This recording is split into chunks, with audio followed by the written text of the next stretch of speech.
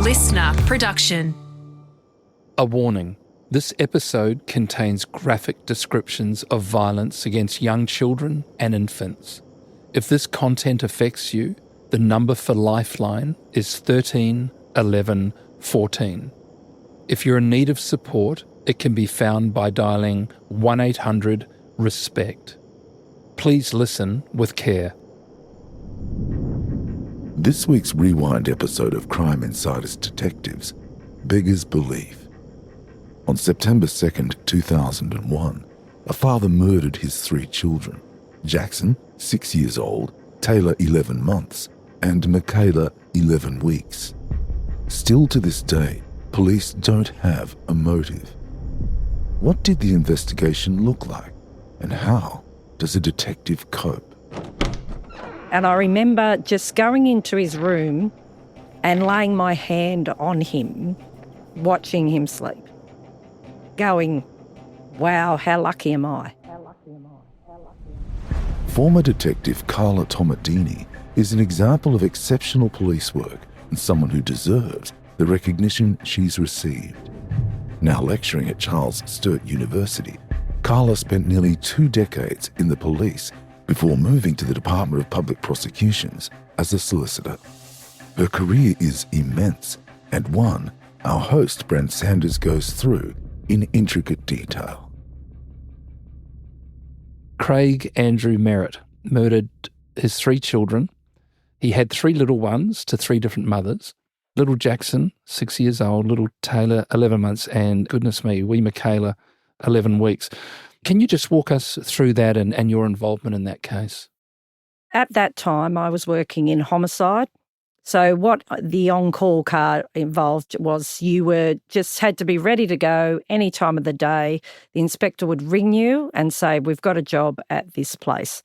It was Father's Day. It was in the morning, and I had 2 young kids myself. So, my husband was getting his little Father's Day, and then I got a phone call from the inspector, said we've had this murder of 3 children at Cabramatta. So then I got in the car and headed out there. I met one of my workmates there. What happens is once we arrive, as we're the specialists, so to speak, there's already detectives on site. So they're the local detectives. So they had commenced the investigation, and then we come in and we are briefed by them, and then we set about a game plan of how we were going to look into this matter. Now, what happened with that matter was Craig had walked into Parramatta Police Station and given himself up. His mother had found the children in the house and had notified the police, but he'd also given himself up the same day. So we had the crime scene and we had the investigation, and we also had then the ongoing liaison and dealing with 3 different families. Yes, of course, because each of the little ones had different mothers. Yes. Goodness. And they had extended family who were all invested in that child's life, which you can understand. Yes. But it was very difficult to manage, to keep everybody aware, progress, what we were doing, etc. And then we had his mother as well, who was a witness. She was in the house at the time that this happened, which was late at night. So he was charged and remained in custody the entire time. So this was at sentence. As part of his sentence matter, he was forensic psychiatrist, reports, things like that. And he never gave them anything. He just said, I don't remember, I don't know. He never provided any answer for anybody whatsoever. You mentioned, you yourself at the time was celebrating Father's Day with your husband and 2 little ones. How hard is that to reconcile, leaving your family on Father's Day to visit another family where these little ones, and you're not a robot, you can't help but as a mum, that's got to be tough. It was tough. It was tough. And I remember especially this matter, I seem to have had a bit of bad luck around this time. I had a number of very young children being murdered. But this one, obviously, with the 3, I remember going home. So usually when you're called out, it's like a long shift, 24 hours sometimes. We just work nonstop because they're the key hours to gather evidence, etc. And I remember going home. It was very late at night.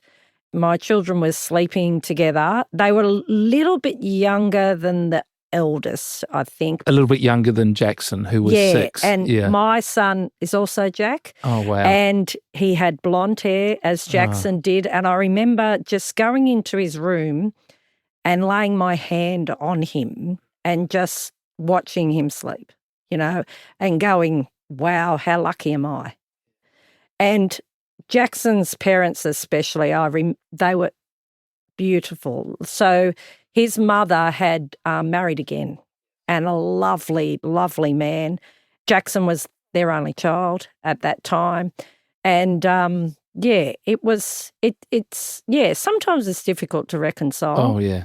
But then I sometimes I'd go, right, someone needs to speak for these children in what I'm doing, in investigation of what I can do and what I can control. And that's where I sort of looked at it. And I do actually now I remember during the first week or so of that matter, it was September 11. Wow. And then I remember going to work the next day to this matter, like going, wow, look what's happened in the world. Was your husband in the job? Yes, Yeah. Yes, he was. So there was I guess in that regard, you're talking to somebody who speaks the same language as you and understands coming back from something like this that, there needs to be wrapped around a bit of debriefing and a bit of chat. Absolutely. And he, not only someone who understands or you can talk to about it, but someone you don't need to talk to about it as well. I know other people who are married to people who weren't cops, and that gets difficult because they've got to explain. You obviously got the conviction. He pleaded guilty. He pleaded guilty, right. And then he got those life sentences because the judge was just horrified by the whole matter. But he appealed those life sentences, and that was overturned, and his sentence was reduced to, I think, 35 years, or it was still a long time, but It wasn't life. And he appealed that on the grounds of what? With life imprisonment in New South Wales, it's restricted, obviously, because life means life. So there's strong, legislation in relation to that. And so he argued that he didn't fit into that, and the fact that he pleaded guilty. That's always got to be taken into account because we want to continue to encourage people to plead guilty. So if they get a life sentence regardless of pleading guilty, then there's no incentive. No. The sentences were still lengthy, so I was comfortable with that, and I could see the reasoning about that. But it's only now I can talk in such a matter-of-fact way. That's the way the system works, and probably should as well. When they handed down the decision, the life sentence, Jackson's mother was right next to me. And we looked at each other. It was the first time ever that tears started coming out. And the Crown prosecutor looked at me like, what are you doing? And this is the tricky thing with matters like this. You're physically touching these people because it's that deep. I think it's a bond that, if I never see these people again, it'll always be there. You're not going to fix it. You're not going to change it, but you can make it a bit better. Carla, 2002, you're involved in a case which is always extremely confronting for police, and this was the murder of Senior Constable Glenn McAnally, who was a highway patrol officer, 26 years of age, young constable. Difficult, the previous case we've spoken about is difficult for obvious reasons. Difficult as a police officer investigating a murder of one of your colleagues. Yeah, very difficult. Was a pursuit. He'd been following the vehicle and he was calling that over the radio, and it was all very calm. And then when they made a turn, they took off, and that's when he called the pursuit, and then nothing. There's nothing worse than seeing the blue shirt with the blood on it. Obviously, it had been taken off him in the hospital, and we had it as an exhibit, and it's quite confronting. The other I found confronting thing was the bullet holes in the police vehicle. he had no chance. In fact, the first police officers who arrived at the scene, one's a very good friend of mine now, still to this day, they didn't see Glenn. So when they arrived, they saw the offenders running away, so they took off after them. Oh, right. And they ran straight past him. So they got there that quick. That quick. They were in the area. Yeah. And so they had heard all that. They arrived, they saw his car, and they assumed that he was chasing them. Oh, wow. Yeah. So he was actually in or close to the car when he was shot down? He was in the car. He was slumped. In the car. He was slumped down in the car because he'd been wounded. Yes. And they just assumed, because they could see them running away, that he was gone. So they went, quick, we've got to support him, Right. And off they went after and made 2 key arrests. Hillsdale's quite a rabbit warren, and especially where this happened, but they chased him through some blocks of units and then came to an open area. And the 2 fellows turned around with guns in their hands. Yeah. And there was just a standoff where the police was pointing at them and they were pointing at them. And then offenders changed their mind and kept running. Right. And then our guys caught those 2. The 3rd fellow was caught in the yard of somebody. He'd hidden his firearm in there, so they were able to catch him. And then we didn't catch the 4th one. The 4th one had hid in a laundry, people's laundry, for like maybe 12 hours or something. Oh, wow. And then made his way on foot, but we got him 5-6 days later. They were together to do armed robberies, or this is during the investigation we uncovered. They were there, they'd got the stolen vehicle, they were going to Melbourne. And they were on their way, and they'd driven erratically like earlier in the day, which is just beggars belief in a stolen car. One of Glenn's friends was off duty and he had seen the vehicle, and then he ran into Glenn, who was just working by himself, and said, look, keep an eye out for this car, Right. And so Glenn did a check, it came up stolen, he went, oh, yeah, I will, and then he came across them. Came across it just by chance, just a set of those sliding door sort of moments. Yeah. And, you talk, Carla, about investigating the murder of a police officer and the bullets in the car, him at the scene in the New South Wales police uniform, blood, everything. And there's also, I guess, an element of, there by the grace of God go anyone. Anyone. Yep. Anyone. Yep. And it's just a momentary thing. He was working an afternoon shift. He was, going to go and have some dinner with his fiancée, come back. He was just, and then everything changes in a moment because of a vehicle with 4 people in it. And how often, goodness, through your career in uniform and everything, you're out and about, you're just pulling cars over, you're checking cars, you're checking regos, you're doing QVRs, you're doing everything else. It's just, he's just doing that and bang, all over. And so you were a D sergeant again at that stage, and so you picked up the case and assisted with prosecution. Well, what happened was, funny, it was the same detective sergeant I was working with for merit. We were investigating a stabbing at Hurstville. A young fellow had taken a knife to school and stabbed somebody, but the person had not died. So we were sort of brought in early to start, and we were...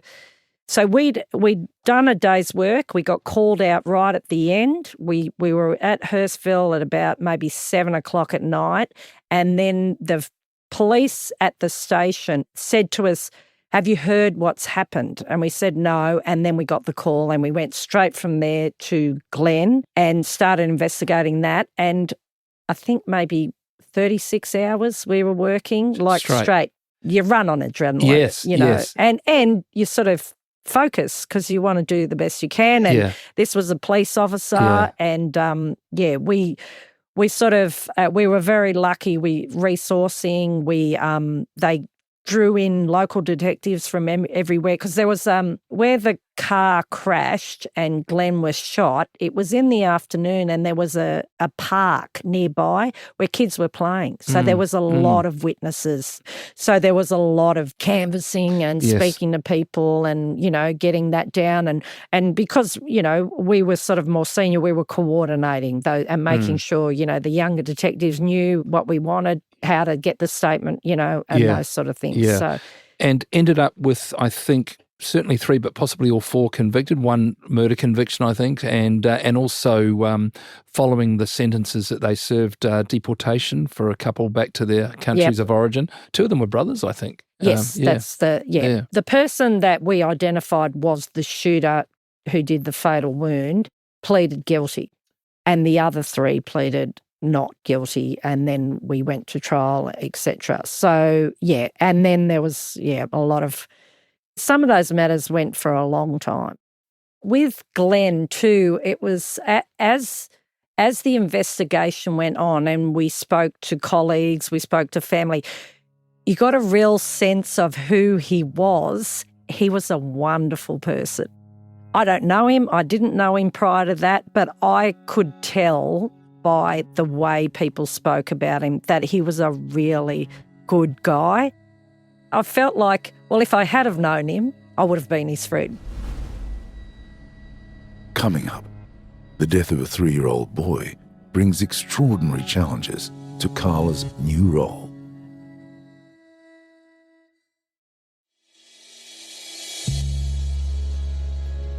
Retired from the police 2007, 22 years service, had a bit of a breakaway, and then jumped and did a law degree. Well, I actually started the law degree while I was at homicide.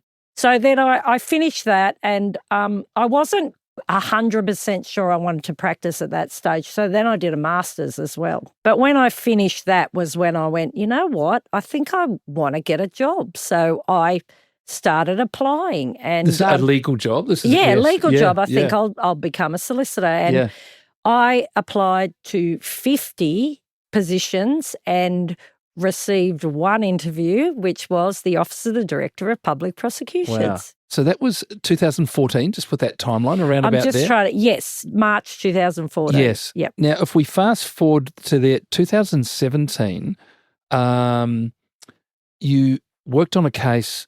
Geez, this is a tough case. This is a homicide of a little fella, a little 3-year-old boy, 3 years of age. 3 years of age. Living with relatives in Sydney, moved to Oberon to live with his biological mother and stepfather.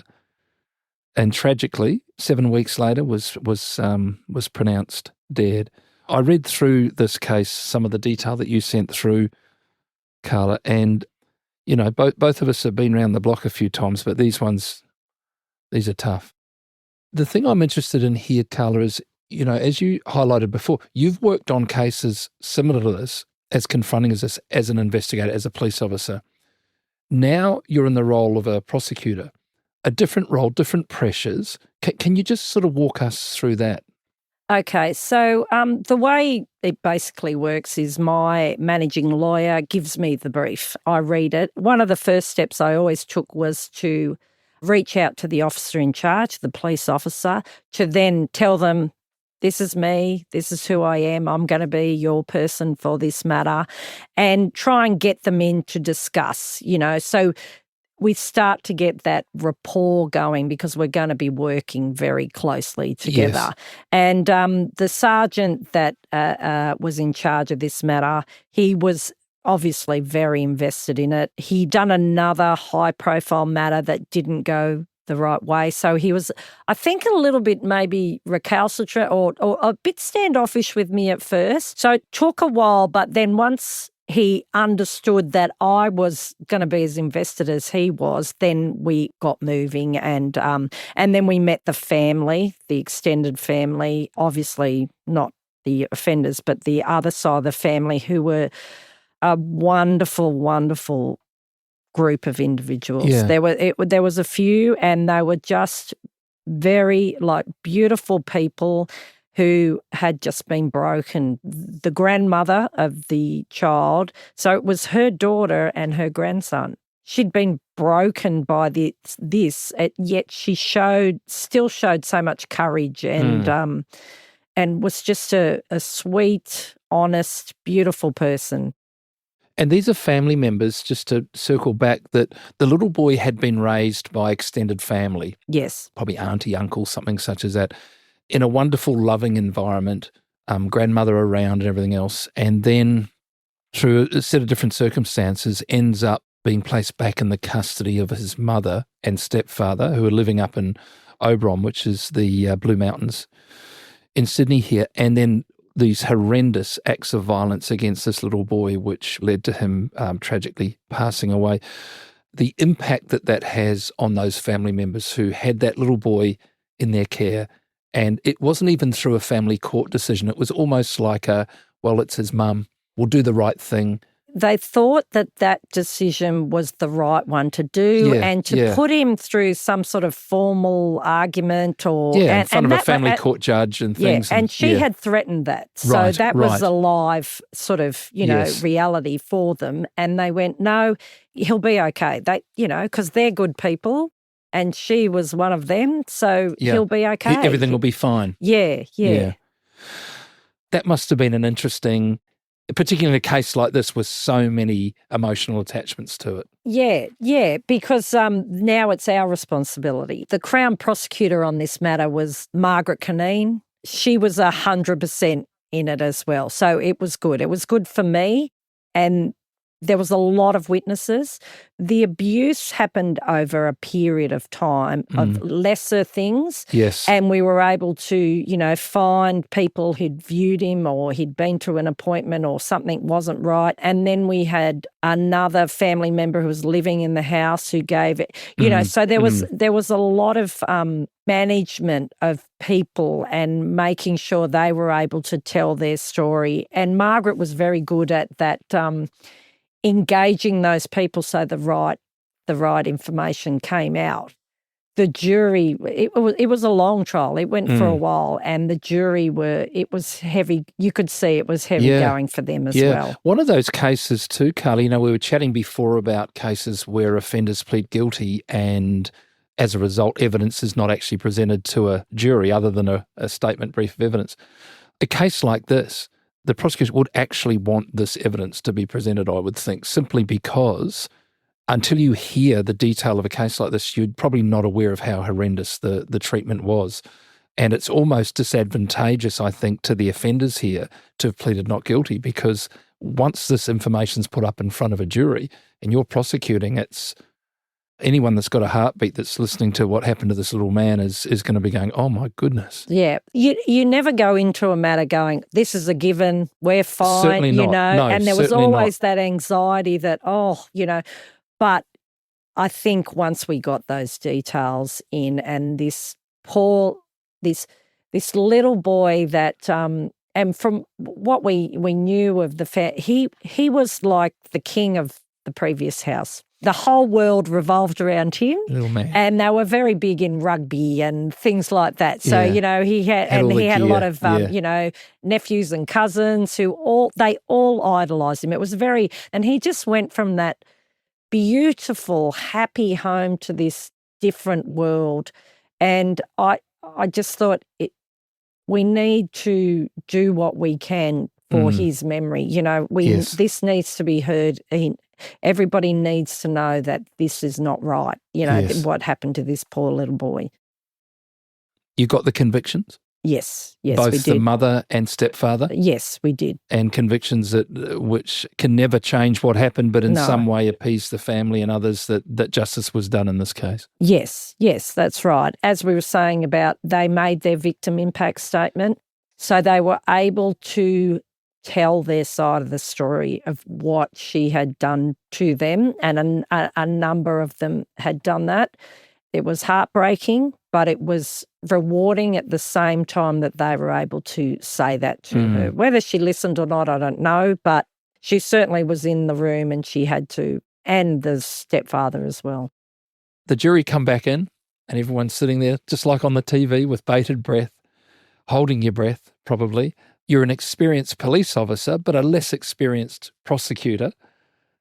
The guilty plea comes down on all charges. How does that feel in your role? Is there a comparison? Is it any different to the feeling for the police who are sitting a few rows behind you in court? You're sitting right there at the sharp end in front of the judge. How does that feel? In one way, it's just as rewarding. You've put a lot of effort into it, everything. I must say that as a police officer, it's probably more rewarding because there's more hours gone into it. You've been there from the word go. You've seen it all, you've done it all, you've done that. There's a lot of work that goes into a matter like this. Whereas as a prosecutor, it's been delivered to me. My role is the next one. Certainly rewarding, and one of the most difficult things I ever had was I'm sitting at the bar table next to the Crown Prosecutor, next to the defence, keeping the poker face because I've got to be a professional when really I want to go, woohoo, and great, we've got, at least justice has been done in this case, but I could never do that, And so I'd have to really concentrate because I'm quite I'm Italian, I'm quite expressive and I'd sort of have to, cross my legs and stand on my, sit on my hands and try and have be all very sage. And the jury, they're or not all juries, but some juries, they're funny. They want to, if they go your way, they want to engage with you. Like they want to look at you and go, we did the right thing, didn't we? We've done this together. And you've got to just sort of sit there and remain, professional and while the judge is sitting up looking down from upon high. Yeah, the judges are very good at it. They're very good at their poker face. But I probably need some more work. But I bet they even walk out the back and give it a bit of a fist pump in a case like this, for sure. That's right, of course. Yes. Carla, from working as a prosecutor with the DPP, you're lecturing at the academy to recruits as they go through their recruitment process or their training. And I know myself, and you've been there, young recruits coming in, often 19, 20, wet round the ears. You must really enjoy sharing with them, and I'm sure there's such a wealth of experience you've had, not just from policing, but the prosecution, everything else. Now you're able to give some of that back to some of those recruits. How's that going? Yeah. Sometimes, though, what happens is, especially with police, we like to talk. They're telling stories just for the sake of telling stories, and the recruits just want to hear everything you've got to say, what about this, what about that? But what I try and do, which is I hope successful, is try and make sure that there's a lesson. I'm not just talking about what I did because it's for my ego. I'm trying to align it to the lesson they learn, and they can put it into perspective because it's very difficult. Ours is an associate degree in policing practice, so it's an academic qualification. But policing is a very practical occupation. So it's sometimes for our students very difficult at the beginning of their learning because they're trying to get context, they're trying to, piece it all together. What we've recently been able to reintroduce is mock court. Myself and another colleague who's also an ex-police prosecutor and defence solicitor still now, we run the mock court. And so that's where I really feel like I'm because the lessons are there, the experience is there, the context is there, especially, in terms of evidence and gathering evidence, statements, things like that. Like, you can see the light bulb for a few of those right when we're in the middle of it, and one of them is in the box and they're going, I don't know, and you go, see, that's why you've got to put it in your notebook or your body worn or, those sort of things. So that's been a really, good thing for the for in terms of teaching. But also what I did with that sergeant who's about to retire, I'll give him Robert Allison. I'll give him a plug because he's going to retire in November. He'll have to listen now. We went and we presented during September police commemoration.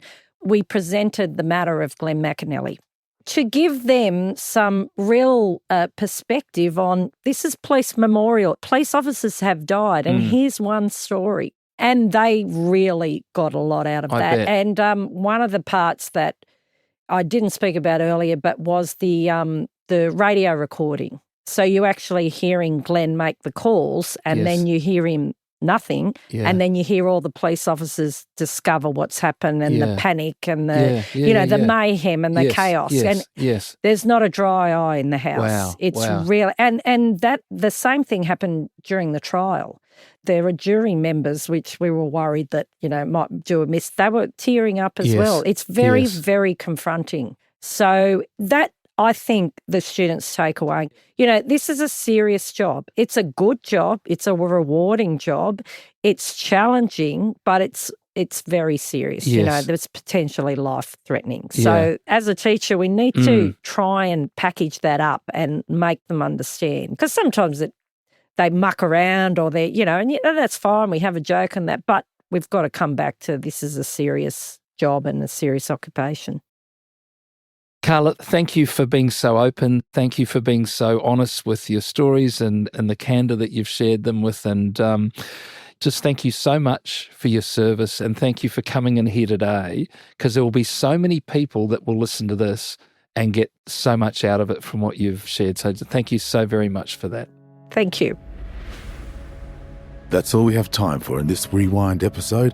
If you know someone who loves true crime, recommend our series to them. And check out our favourite clips. Search LiSTNR Crime on TikTok or Instagram. I'm Dan Mullins, with sound designed by Niall Fernandez. This series was recorded and produced on Gadigal land.